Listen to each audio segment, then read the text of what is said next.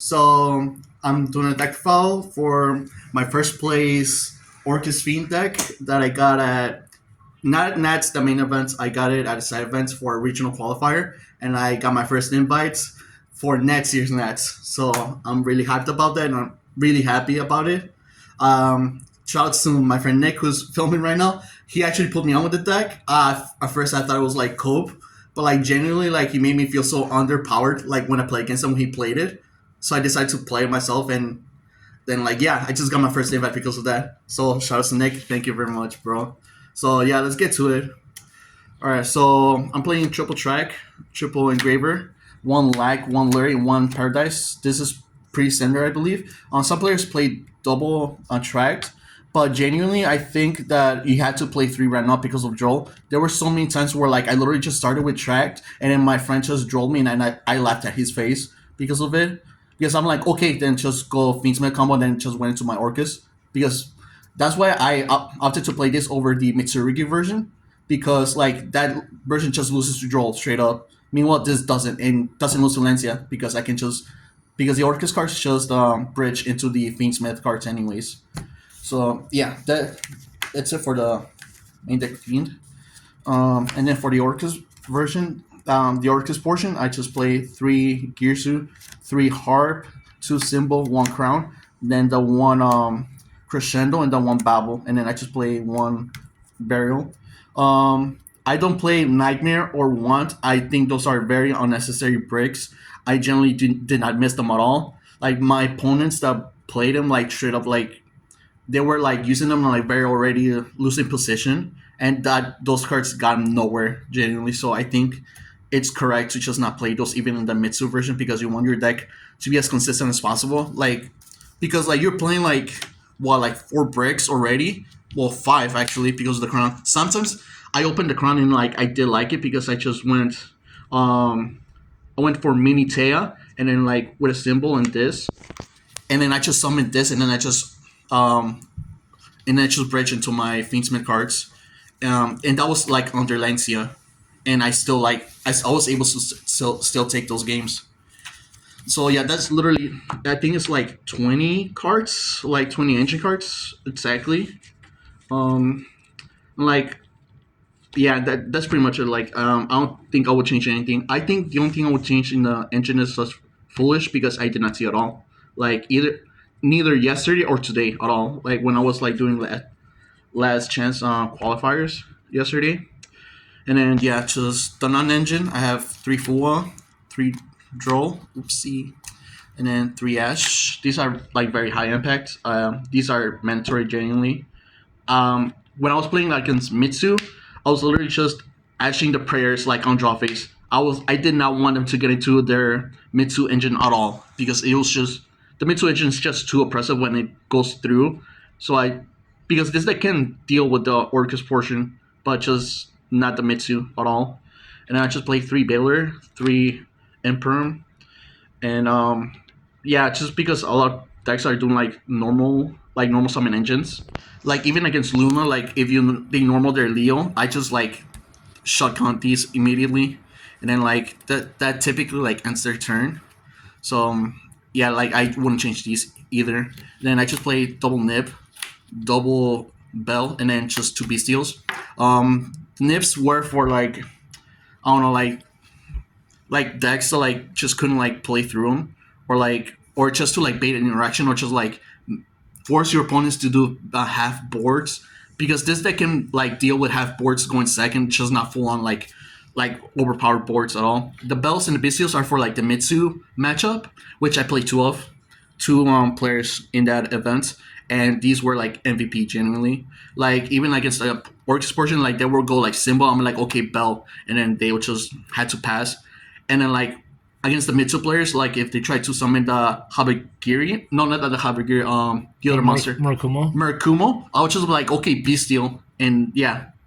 And then against the Malice player, they would try to end on ally code, and I'll be like, okay, banish the white binder after they already banished it, and I was just like, okay, they would just, my opponent was just like, okay, I'll just go cry, and yeah, that is 22 main deck. The Foolish Bear was my 22nd card because since I play like a lot of bricks, like 5 bricks.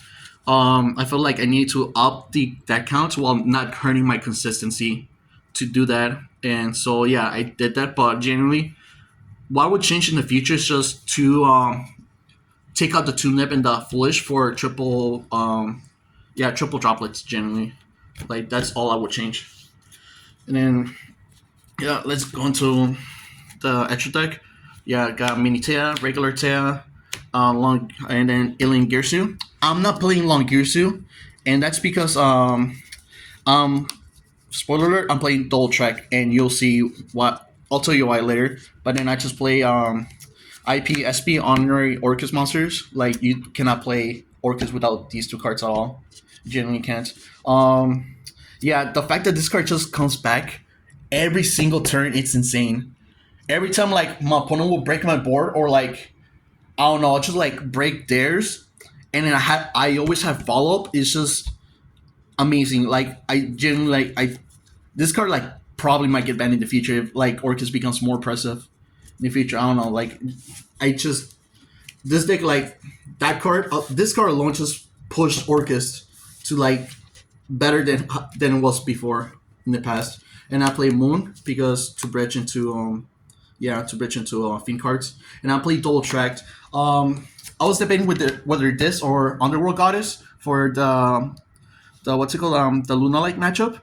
But genuinely, like the double track just comes up so much because this deck likes to grind. Like it doesn't like build boards, like very oppressive boards. Like maybe my opponent will like break through them sometimes, but with like zero follow up, and then I just go into the second track in my follow up. Like it came up one time where like they banished my wreck, and then I just had another fucking like wreck ready for them, and my opponent was just like, "What the fuck?" Like man, and then like that won me one of my games. And then for the Fiendsmith portion, it's just yeah, it's literally just Caesar, Necroquip, Desiree.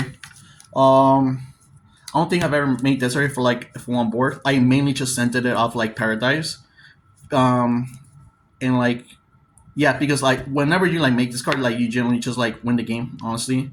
Like or OTK. Like literally every time I will make Agnum Day, they'll be like, "You got game right?" I'm like, "Yes, I fucking do." And I'm like, "Okay, scoop it up to the next game."